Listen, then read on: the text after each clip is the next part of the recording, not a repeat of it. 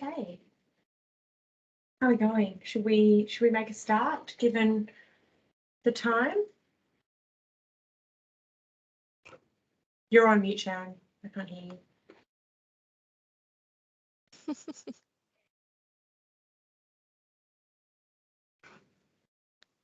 Do you want to just take yourself off mute, Sharon? There we go. Perfect. Now you're on mute. Right. No, I'm fine. Whatever. Okay, I think I might start if everyone is happy with that. Thank you all very much for joining. I think I'm spotlighted, so everybody should be able to see me just briefly. Bear with me before we get to the good stuff. So I just wanted to welcome you all to our International Women's Day talk. I just wanted to note that this will be recorded. So we're actually going to record this presentation so it's available for those who can't join at the moment. So just want to let you know that. You can use the chat during the presentation, so that won't disturb anybody, but you can put comments in there. We encourage you to connect with each other, but also there will be time at the end for questions. So I do want to start today by acknowledging the traditional custodians of the land on which we are all on today, paying my respect to elders past, present and emerging. The land we are all on is, was and always will be Aboriginal land. So as I mentioned, it's International Women's Day today. So that's on the 8th of March every year, and it is a global day celebrating the social, economic, cultural and political achievements of women. So it also marks a call to action for accelerating women's equality. But this International Women's Day event, this actual day, has been actually happening for over a century. So the first International Women's Day gathering was actually in 1911. So it's amazing that it was that long ago. But really, it's now a collective event. It's not a country. It's not a specific group or an organisation. It's actually a global day to celebrate women. So you'll see lots of information out and about, but there's two hashtags where if you're looking for information and what people are doing today, there's the IWD 2022. And this year's theme is break the bias. So what does that mean? That theme is really around imagining a gender equal world, a world free of bias, stereotypes and discrimination, a world that is diverse, equitable and inclusive. So obviously this is incredibly important to us at Breast Screen Victoria and made even more so now with our new strategic plan, with a focus on diversity and inclusion and really supporting that both in our clients and for our staff. So together we will forge forward in the space of women's equality, and obviously collectively we really believe that we can break the bias. So we have a really special guest with us today, and I want to welcome Sharon Cohrs. Sharon is going to share her personal experience today with us, but she really personifies the concept of breaking the bias. So Sharon was the first breast cancer survivor in the world to summit Mount Everest. It's pretty impressive, and I am so excited to hear all about it. But really this adventure is a key part of her life long before her diagnosis. And she's really overcome many obstacles throughout her life, both personal and professional, and she's going to share her story with us today. So I'm going to hand over to Sharon now. Okay. Hello. Oh, there's a picture of me. Hello, everybody, and welcome to this amazing day. And I must be a massive shout out personally to Emma and Sheen for getting this and the tireless effort that they did, for getting someone like myself who, if you put me in a mountain, I could have saved your life, but if you put me in front of technology, I'm sorry, I was telling them, you're on your own. So, and thank you, Mel, for a lovely introduction. Of course, it's International Women's Day, and it's a great day to celebrate everything that women have had and can still achieve, and we're still working on many goals. I think what Mel mentioned, even since 1911, goes to show that the movement's been going for a long time. And so another big thing, and one of my biggest passions is obviously speaking not just about my journey, but also to organisations, especially like Breastscreen, that has, without the support of these organisations, we wouldn't be standing here today. So I want to get into it. There's a fair bit of it that I want to talk about, but ultimately the journey and the story I want to talk about is how anything is possible, and ultimately it's all about finding your own Everest. And we'll get into that. So we'll start with, before I get into, we're going to play a montage, but on the 20th of May, like Mel mentioned, I was fortunate enough to be the first breast cancer survivor in the world to stand on top of the world at Mount Everest, and also the 9th Australian female. And at the time, and Alan and I were the first Australian couple. However, it wasn't all about titles of coming first, second, or last for us. I'm very honoured to have those, to be recognised for that.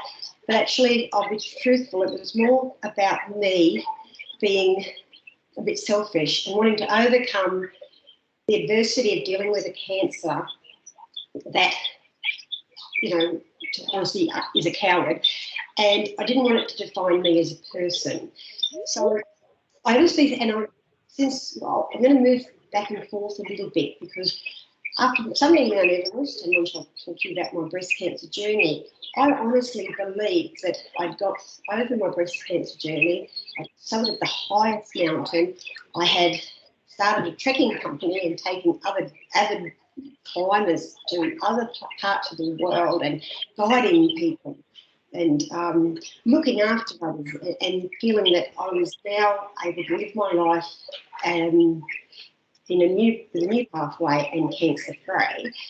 However, as everything we know, life doesn't go to plan, and in 2016, unfortunately, cancer knocked on my door again, well, basically kicked it in and delivered me a far greater blow, harder than climbing Mount Everest, and a more devastating diagnosis from my first cancer, which became a massive challenge for me and made my whole life and outlook on everything change.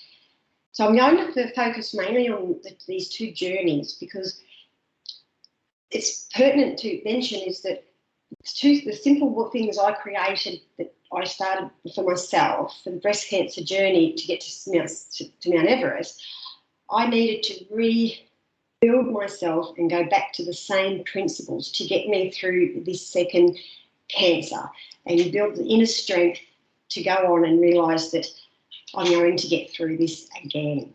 So also there's other chapters that's obvious that we'll try and mention, but we can go down and try and get some questions in the end, from earthquakes to avalanches to rebuilding a society, a community, and ultimately being where I am standing in front of you today. So I'll put on now, I'll get Emma to click the montage. I think it goes for about 4 minutes, and I'll get you an insight into a little bit about my background and life.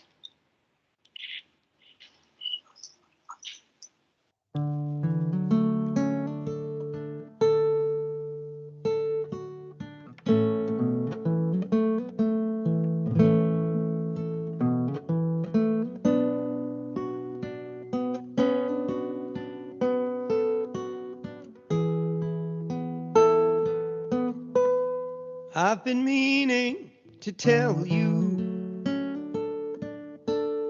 I was always by your side. Maybe I didn't say the words, they never came out right. But I thought of you every day. I thought of you in every way. Every time you put a smile on my face, You're my stuck in the middle, my ace of hearts, my one in a million, my sha-la-la-la. I know it's not easy to walk in the light. I just wanted to thank you for sharing your time with someone who's afraid of the dark, with someone who feels safe in your arms, with someone who's been falling apart, picking up the pieces of a broken heart. You're my stuck in the middle, my ace of hearts,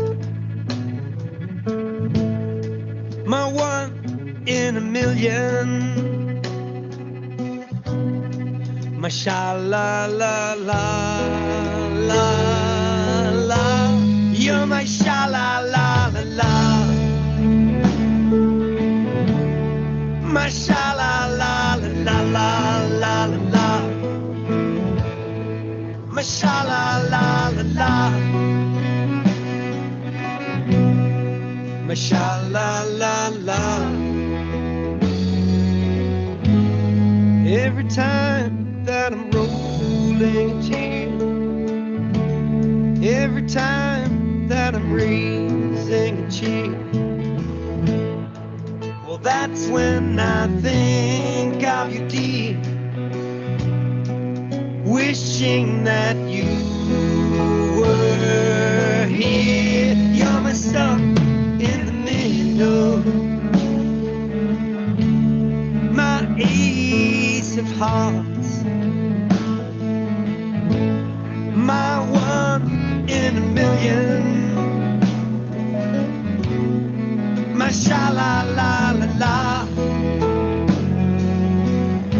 You're my stuck in the middle, stuck in the middle, my ace of hearts, my ace of hearts. You're my one in a million, one in a million, my sha-la-la-la-la. You're my sha-la-la-la-la, my sha-la-la-la-la, my sha-la-la-la-la, my sha-la-la-la.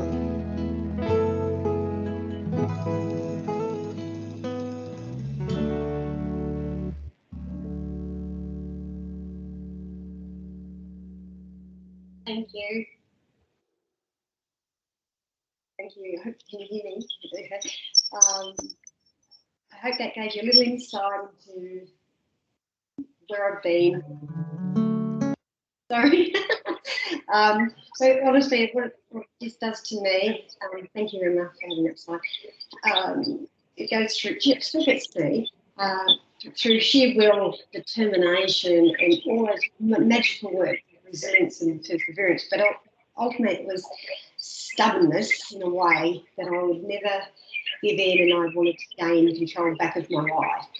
So now I wanted something that would be very prevalent and everyone in this room will probably understand. I'm going to take it back to the day I went in and got told of the big C, pretty much. So I'm going to take you to 2007. I was age 36 at the time, and I found a pea-sized lump on my left breast. Now, honestly, I was only a small A cup, so, you know, it wasn't hard to find. And luckily for me, I was living in Cairns, and I was able to get in to have a screening done by breast screen.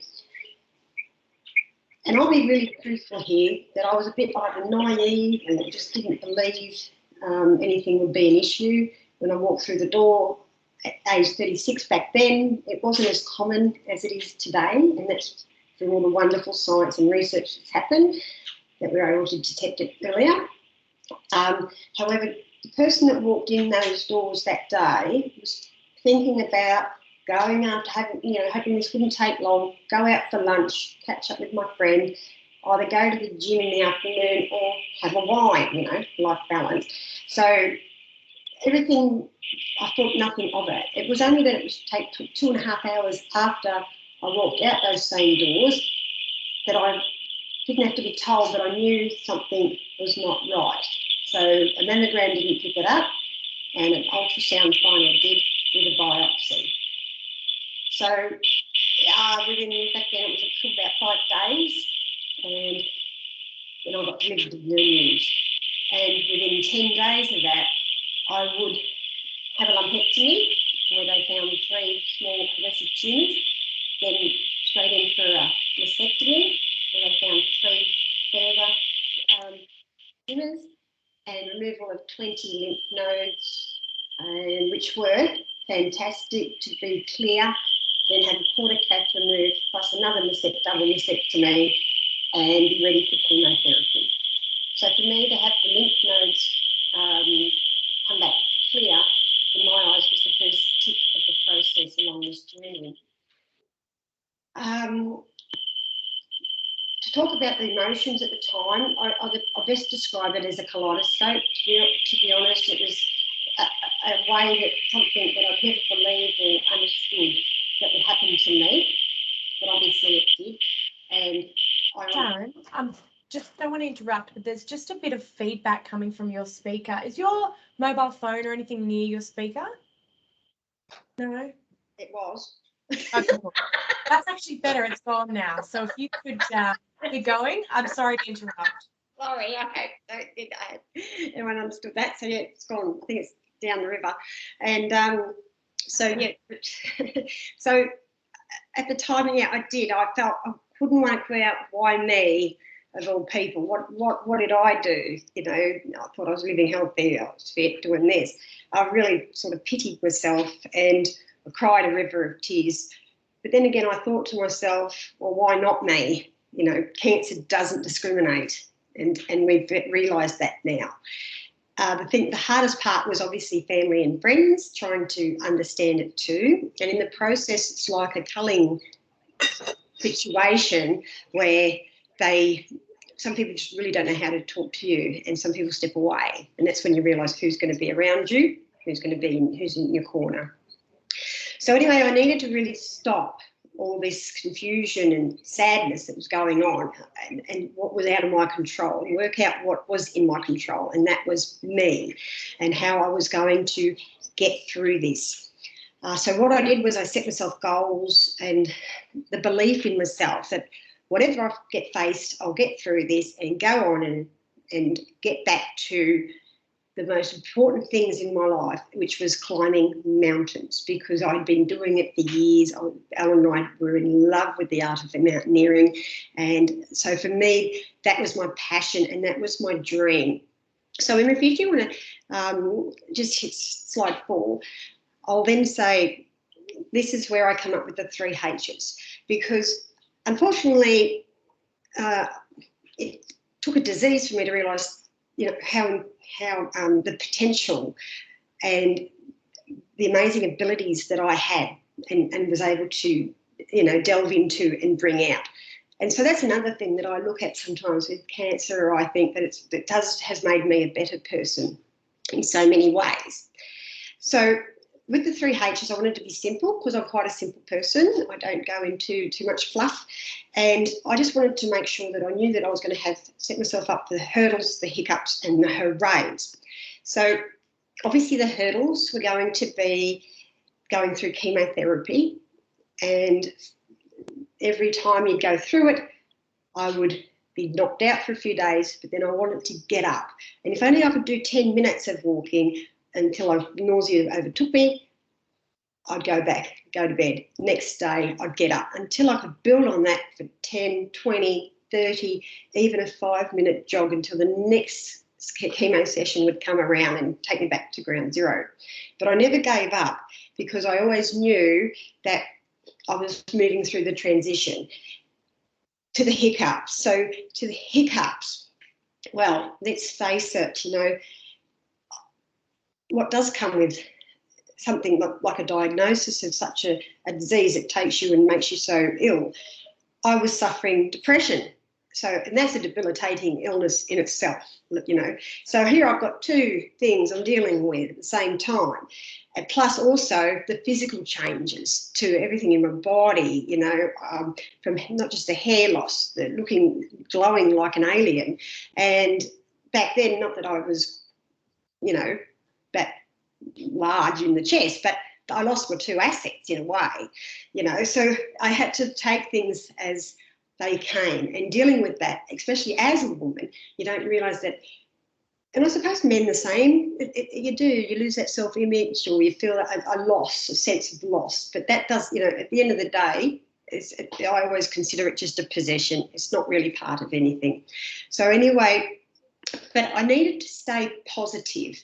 And because I knew that my hooray would be around the corner. So I might get you to hit slide 4, slide 5, sorry, I think, yeah. And it's because, so despite everything that was going on in my life, I knew at the end I wanted to get to where I wanted to be.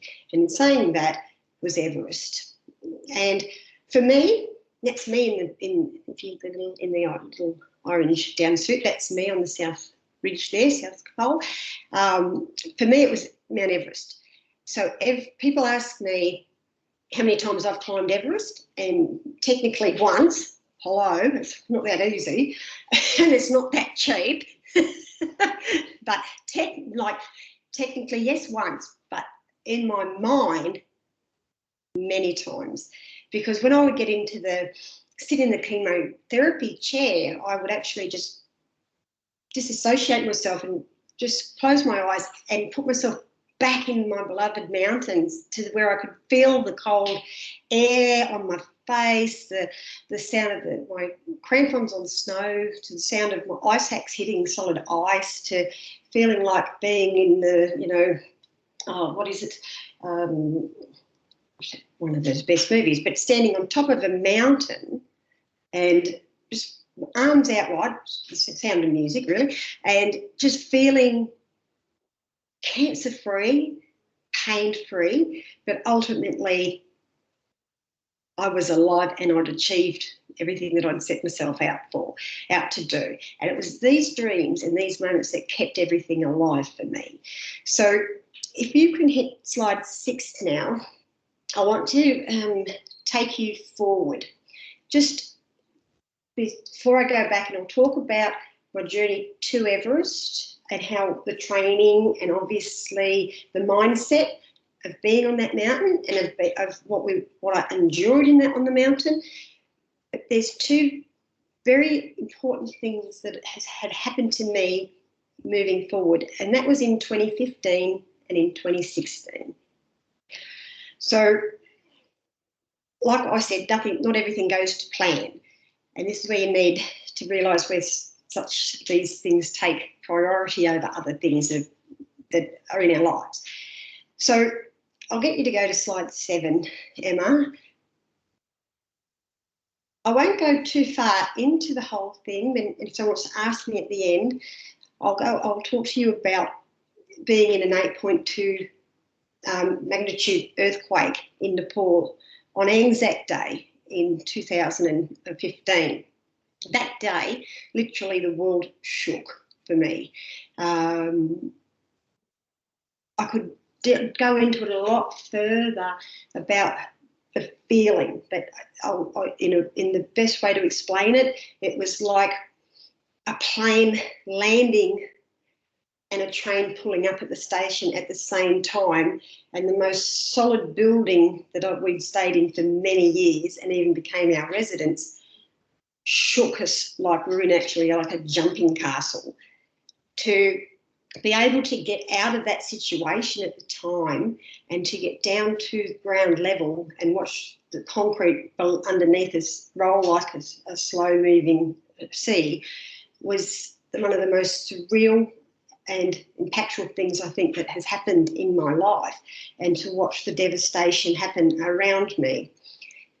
So Alan and I spent as many times as much as we could help out in the areas of people that were homeless. They were displaced, and we would, as much as we could, find water and food, and even for us, the same situation. We're all in the same situation, but helping that hand was the most incredible thing a gift that I believed I could ever give someone.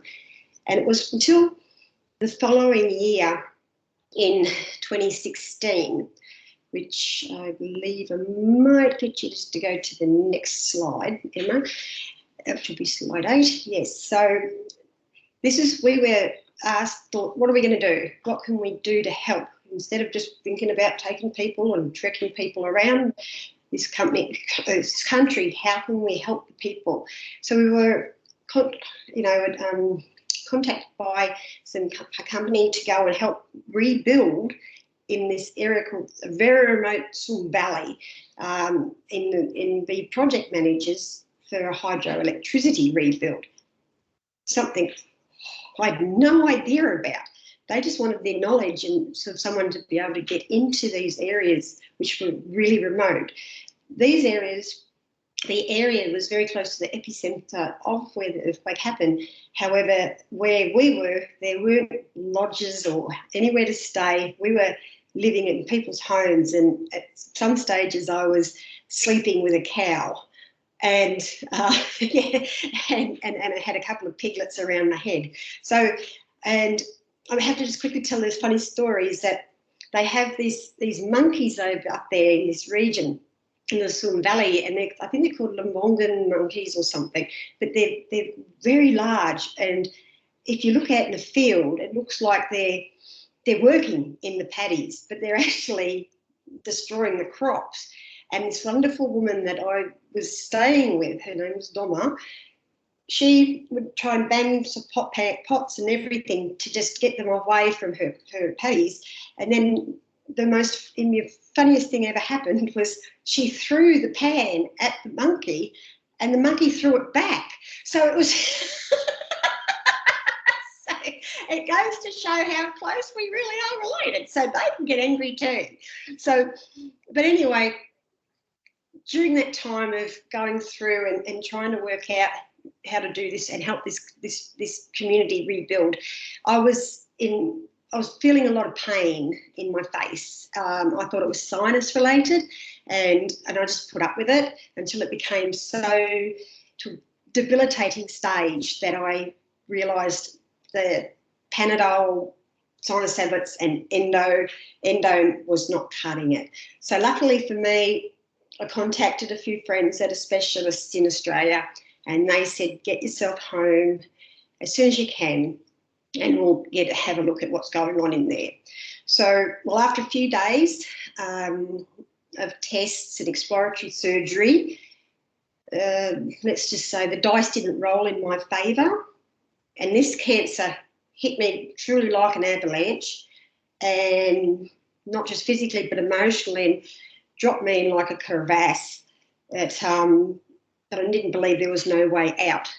I was diagnosed with a rare spindle cell sarcoma in the face, which is less than 1% of all cancers in the world. It's mainly in soft tissue.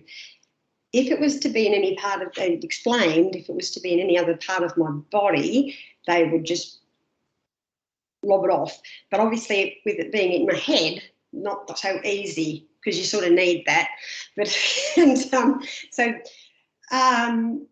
ultimately I went in for 12 hours of surgery where they removed my entire maxillary duct, my upper palate, cheekbone, eye socket, and they rebuilt my face with using the muscles from my leg and tendons to rebuild this to this point where it could be. So all up, I was in for over 38 days in hospital, plus the 5 days in ICU and having a trachea for over 10 more days. I had to learn how to walk, talk, eat again, which was ironic because only 5 years earlier I was standing on top of Mount Everest. So it goes to show we are all just human in our own way. But I survived. And this is where it's so important that I use the principles, the hurdles, the hiccups and the hoorays to get me through that second cancer, which truly brought me to my knees, and I really had to dig deep to get over that. So also, obviously, after that I had to get radiation, and that was like being an inch off the sun. And any sort of radiation to the head is just horrific. And I had to have feeding tubes, but I was able to do the same thing that I did going through the breast cancer. I'd get up and I was so tired and very ill, and I'd keep just doing whatever I could exercise-wise, because again, I had a goal. And if you click to the next one, you'll see it. I went back. I returned to Nepal. I couldn't help myself in April of 2017. So less than a year after my surgery and radiation, to guide a group to base camp. And a couple of special people were there along the way with me, some of my best friends, that just realised that that was something they'd never do in their life, but then they decided to drop everything and said, I'm going to try and do it anyway.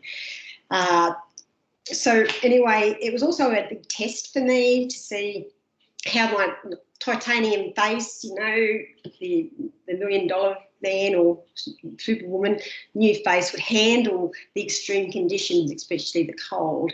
So once we're coming back down from base camp, I did realise that my face didn't like the cold, and it sort of, the titanium plate froze, and it was time to sort of reassess everything once I got back home, which obviously was quite devastating for me, because it was one of my passions, and everyone that's listening has a passion, and for that to be taken from you, you sort of get a bit lost and a bit numb. But I needed to reflect on everything that I had done and been through, and be proud of those achievements, and not be scared of finding a new avenue or pathway to find a new passion, and still be the person I am, but just on a different level, or look through a different lens, to be honest, is the best way to explain it. So, but mind you, I did go back to Nepal in 2019. I just couldn't stop. But this was more humbling for me, was because it was for me to say goodbye to my beloved mountains and the beautiful people that have helped shape the person I am today. I did it on my own, and I wanted to see people that are the salt of the earth, that have helped me and trained me, not just through climbing, but also taught me about patience, understanding, and dealing with hardship and love, to be honest. So it was really good, and I felt it was the best way for me to say goodbye to my mountains and just be able to remember them in my mind and watch them on TV or video. So I'll go in the next slide, Emma, if that's okay. So depending on how much time I've got, but I'm going to take you back now. I want to take you back to my journey to Everest. So we're going to look at training and how, you can't just go to Everest. You need to have a few, well, for me, I like to be able, confident, and have the great skill set to know that I can achieve and be able to pursue what I'm going to undertake. So in 2009, this was just over a year and a half after my last treatment and breast reconstruction, back then, it was against all the odds again, I returned to Nepal and started climbing. And so Mirror Peak, which is, these other mountains which are beautiful. They're all over 6,000 metres. Barunsi, 7,000 metres. Then Ama de Blam, which is a 6,800 metre, which is a very technical mountain. And that was then I started to realise I had the kudos, which is in the mountaineering world, it's how you, not just as a female, but how you hold yourself on a mountain. And if you don't need to rely on others to get yourself up and down. And so that's how, not that I did it to impress anybody, it was just so that for my own safety of myself, my Sherpa with me and anyone around me. That's the person, that's my nature. And obviously it was guiding. But and then the next year in 2010, we went to Tibet to do Choyu, which is a 8,000 metre mountain. And it's sort of a lead-up mountain before you go into Everest. We reached over 7,700 metres in there, but we got caught up in a bit of an avalanche there, which, lucky for us, we were in a safe position where others got swept off but survived. However, it realised that we'd got to a point where we knew the time that when you have to give up, you need to know that where your stopping point is and where your safety comes first. But we felt strong, that we had that really good mindset and strength, that we knew that within a few months we were going to go for Everest. So training was up to about 5 hours a day back then. In the 12-month lead up, even before all the other mountains, and we'd do overnight walks with pack walks. In Cairns, there's so many different types of hikes and climbs, and the humidity was really good, even though we're going to be in cold. It sort of sets you up to the diversity of everything that you're going to face. Also, the boxing training, the interval training, and also we got in touch with an ex-Australian boxing champion to give us the mental strength, because to have that is one of the biggest things that you could need, besides having the physical strength on a mountain. And I'll be truthful that I did see other people on the mountains that I thought, wow, you look like something from the cover of a magazine, yet turn around because they let their mind overtake their ability. So for that, I needed to make sure that my body and my mind was 100% for when I did go and climb Everest. So I'll go to slide 11, Emma. So another big thing that was, before we get into the climb, was how I held myself in amongst everybody else on the mountain and in that environment. And I actually just believed in myself. And that's what that best thing I can say to anyone is just be yourself. You don't have to be standing around with every part of your down suit covered in sponsorship badges or how special you are. Don't need to prove that to anyone. It's only within yourself. That's the only person that's really makes the big. The most person, it's yourself that you really only are improving, truthfully. And I honestly was getting around base camp in these monkey slippers that had beautiful big monkeys' heads on them, and people just sort of didn't mind, and actually would laugh. And a very, very famous climber actually haggled with me with a beautiful box of chocolates to get those slippers off my feet. And they only cost me $1. But then also that came down to me also not just being unique, but for me to carry a teddy bear on my backpack, where other people would say, oh, why would you want extra weight on you? And I'm thinking, no, my Dr. Dougal and Penny comes with me. I had another bear in my bag that I didn't really care at the time of what the outside was thinking or about me. I was really focused on everything I've been through and how I'm going to stand on top of the world. So I'll go to slide 12 now, Em, if that's okay. And you just tell me how I'm going for time. So this is the rotations, and we can speak about this later. However, if people often ask me why 6 to 8 weeks to climb Mount Everest, well, because of the altitude. And once you're at that summit section, which is just, we're going to show you the last 4 minutes of footage from Camp 4, you need to do what they call rotations. If not, you will die. Because if someone was to say you got dropped on top of Mount Everest by helicopter, you would die within a couple of minutes, because you're at a quarter, down in lead 24% of oxygen at that height.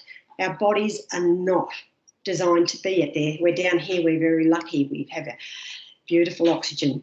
O2, yay.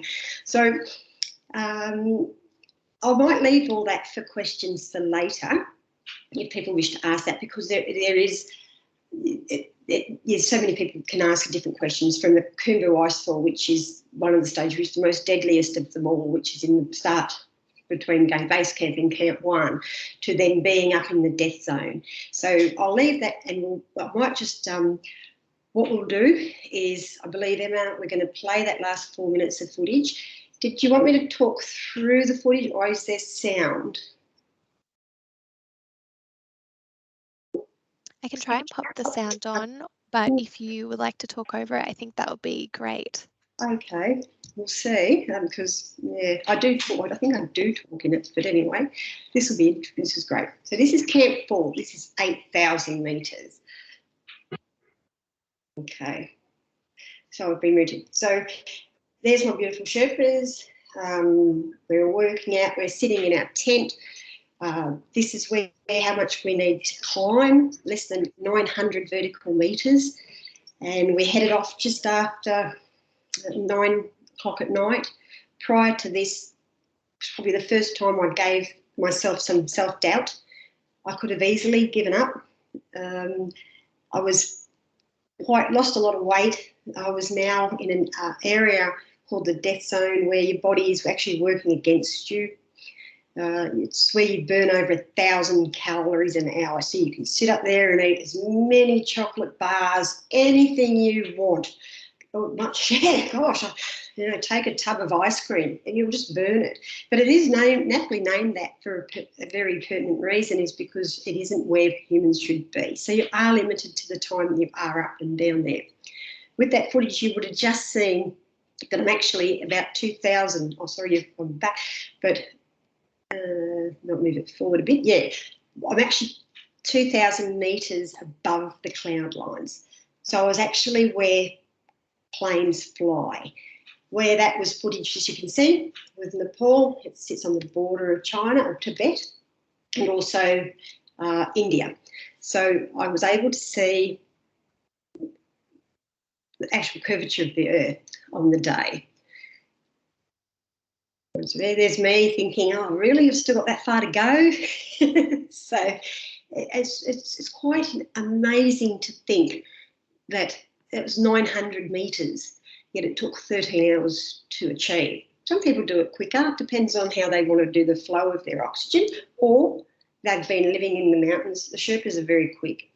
I just wanted to be safe and be cautious. So the next section I think you'll be seeing, that's the South Col. And that's my view. We were very lucky that day. Some people had a very bad few days prior, and that was total whiteout, which is basically they didn't see anything. But we were very fortunate with the skills of my team that we had together, that we were able to wait it out. Patience was a key, and have another go at summiting. So this is the Hillary step. They're very hard when it's this. Every year it changes. It could be snow, it could be rock. It is quite a very difficult little bit of a section, and you need to manoeuvre yourself all over the place. Be a little bit of like a rubber doll, rubber thing to get yourself around it. And this is the summit. So that's me. Yep, crying like a baby. Yeah. after 13 hours. It was not just the dream anymore, it had become the reality. And yeah, you'll see there's my bear. And it went to show that it was such a beautiful day. And we spent 45 minutes on the summit, actually. And to be honest, people ask me, was it worth it?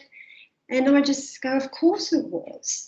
You know, it was one of the hardest days of my life, but the most rewarding on so many levels, because I proved to myself that I was able to overcome so many different obstacles and go on and achieve the dream that I'd put in place.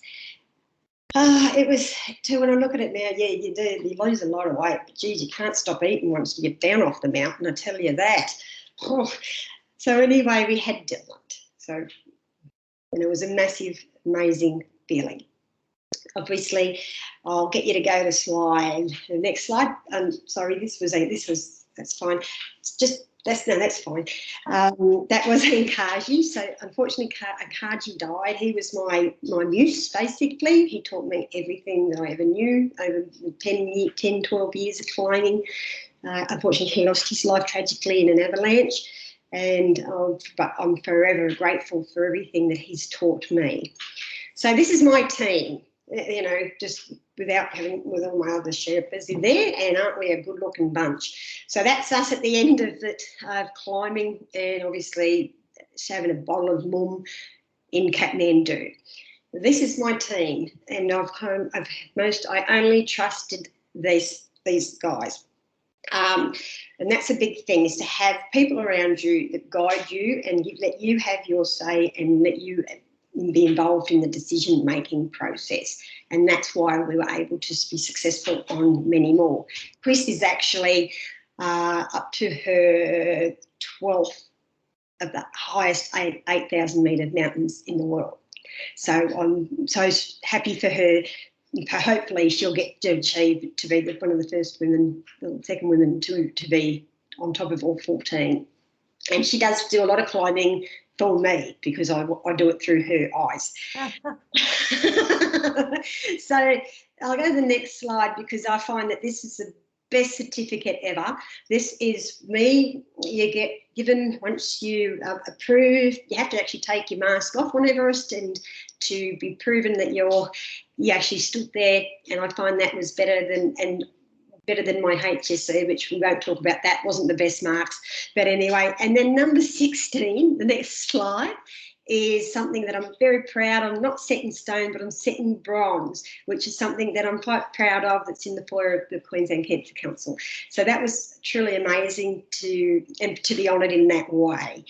And obviously, finally, I'll go to the end slide, so slide 7, it's all about my summation of everything is everybody that's listening today, you're amazing, and whatever you do, find your own Everest, whatever it is. It doesn't have to be the top, literally, of 8,850 metres, but whatever it is that you're passionate about, believe in yourself, move forward, overcome the obstacles, build a new plan, but just be passionate. And ultimately, I'm just a living example of just an ordinary Australian female that just pushed barriers and boundaries and went on to do whatever, and I'm still pushing boundaries, doesn't matter. So before we go, if I have time, I'm through so long, but if we go into slide 18, this is just an old insight into a little part of my life. From the age of 19, I joined the police. This was the time which is quite interesting, because this was up after a post-Fitzgerald inquiry, and they wanted more women in the police. Yet, as I've spoken to Emma and Nasheen about it, was they still made us wear blouses with no pockets, so we didn't have anywhere to put any of our, we didn't want to take away that femininity, and also we were wearing skirts and culottes, and I'll be truthful here, it's not that nice and not very feminine when you're wrestling someone and trying to look dainty at the same time. So, but moving forward, to be in the mounted police where I went to was actually amazing, and because my horse was Tudor Blush and he was a girling, and together we were like a very reckoning force together, and I loved working with him. So there was no gender bias in there. We were just a team. And then ultimately I went into an area called BCI, which was a criminal analyst. Sounds not as exciting as CSI, but I did work with a lot of different egos in that environment, and sometimes it's not the gender, but it also can be their position that can change the dynamics. So I'm open, and then obviously I went on to do other things, went into hospitality. I left when I was 33, and then I went and worked in the mines and taught behaviour-based safety on rigs and overseas and offshore in Australia. So then obviously I was a guide, which was my favourite thing of all. So I will throw it to you now. Wow. Any questions? Thank you so much, Sharon. I will just, I think we've got about 8 minutes or so for questions. No, it was just excellent. And I just want to say, wow, because I found that unbelievably inspiring. And for me, I'll definitely take away the 3 H's. So hurdles, hiccups, and hurrahs. I really love that. And some of your photos gave me some deep anxiety. I don't know how you can go anywhere where it's called the death zone with such confidence. And I just was generally blown away by the whole presentation. So thank you so much for sharing your experience. We did have a question already typed into the chat, yep, which was, do you still climb or have you retired? Well, I never say never. Yeah, because I don't believe there's no such word as impossible in my vocabulary. I prefer now to do other things. So like overland trip, which I've done recently, pre-COVID actually. I'm planning on doing Larapinta, probably solo, other things like that. I do want to go back to Nepal, but at the moment it's baby steps at the moment. Absolutely, in our current environment, we're all going through certain, obviously lots of world-changing events. So, but yeah, that one still doesn't matter. It always still stick away in the back of my brain. That's good to hear. I have a question before I open it up for everyone. I just want to touch on what you mentioned around the police and, it being you having to wear skirts and things like that. I suppose my question is, what do you consider really the biggest challenge you've faced in being in those male-dominated fields like the police and in that particular environment, as well as being, as well as mountaineering, as well as climbing? Yes, well, I honestly, be honest with you, Mel, I'm pretty quite non-gender biased. I feel like everyone I've taken on, I knew I was in environments that were specifically male dominated or workplaces. However, I'd always, I think a quality that we can all have is all about communication. And if without having that, then you need to really find that tool and that skill set to be able to realise when someone is belittling you or making you not feel worthy of them in their same position. I must say, in the police, working with some, you do come across some very egotistical people, and it's like, again, it's not gender relevant. However, it's how you cope and you deal with it, and just stay true to being yourself, and having the ability and having a good support system around you to make sure that these males aren't dominated. And that's one of the things I'm very proud of is to see it now with women, like getting to watch more sport on TV is a great one for me. I love sport. And obviously we've got more women in more empowering roles for domestic violence. They're making decisions as premiers and in politics, and also friend of mine, Katerina Carroll, who's the police commissioner for Queensland. So we're breaking down a lot of barriers too. And what I'm very proud of is that we are able to speak up now, and it's because of women that are strong that have from the women that went back in the day of burning their bras. We're actually doing it in a different way. We're just our own force to be reckoning with. So yeah. Thank you, Sharon. Good answer. We do have another question. What advice would you give your younger self, given all that you've achieved and overcome? Okay, that's when I think about that, it's growing up in anything, it's truly, to give my advice to myself would be having your own self-worth, questioning everything around you, not in an aggressive or sarcastic way, but just being curious to know more of what do you mean by that? What about that? Not being pressured to fit in and go along the same road that everyone else is travelling. Don't try and be a square peg, in the round hole. Be the square peg in the square peg. Don't, and if anything, accept that we all have flaws and treat people as if how you would like to be treated yourself. But funny, the main thing I would ask, if I look back at old photos of myself, I would like to go back and say to my friend, how the hell did you let me go out in that outfit in 1987? It's just my memory. There you go. That's it's always hard when you're looking back at photos that long ago and you're like, oh my God, I can't believe. We've got a question. Is there a book in the pipeline?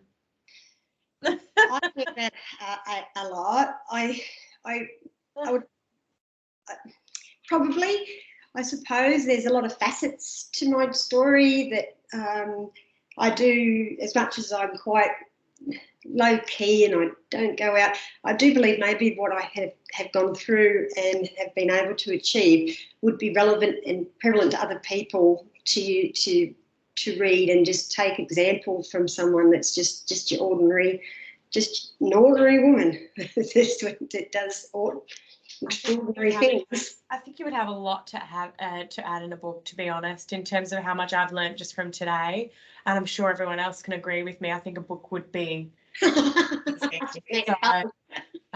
well supported by us. Another question we have, I think this might be the last one, we've got 2 more minutes, is what do you think the future holds for equity of opportunity for women in the workforce? I know you've kind of talked about this a little bit, seeing those prevalent women, but what does the future hold, do you think?